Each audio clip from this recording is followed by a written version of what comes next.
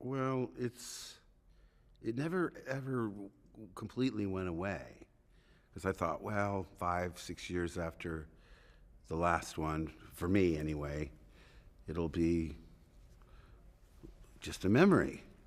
But it keeps being rediscovered and passed down to the next generation. And I remember Robert Watts was our production manager, and he says, "What do you think of the film we're doing?" This is the first week over there. And I said, "I think we're on a winner." Well, I think it's the storytelling is so primal. It's good versus evil, and it's very clear, even to the youngest viewer.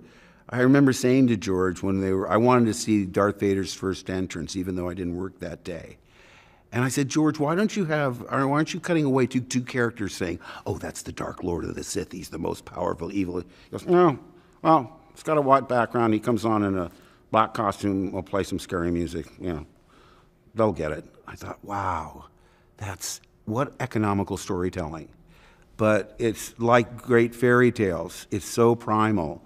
And then they're also comparable, I think, to animated films like the Disney animated films in that they're not specific in time. You can't date it by our clothes or our vehicles or anything, so it stands the test of time. What's overwhelming is the support of the fans. It's unbelievable. I was saying earlier, they are so supportive of everything during your good times and your bad times, and more supportive than my actual family, who are highly critical, by the way.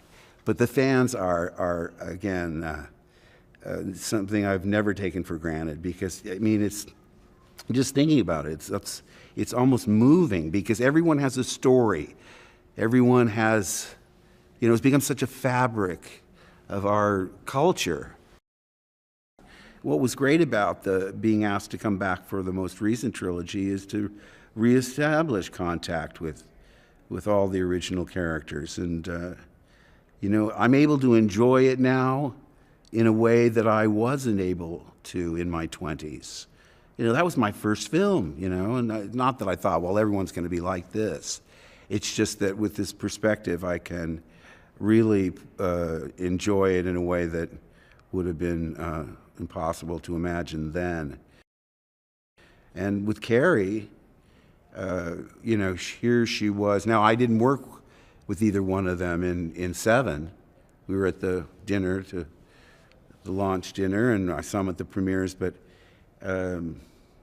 in 8, and then when she, just the fact to reconnect with her, and we'd gone through it all, the highs, the lows, mad, passionate for each other, angry at each other, fed up with each other, all of it, just like real sibling.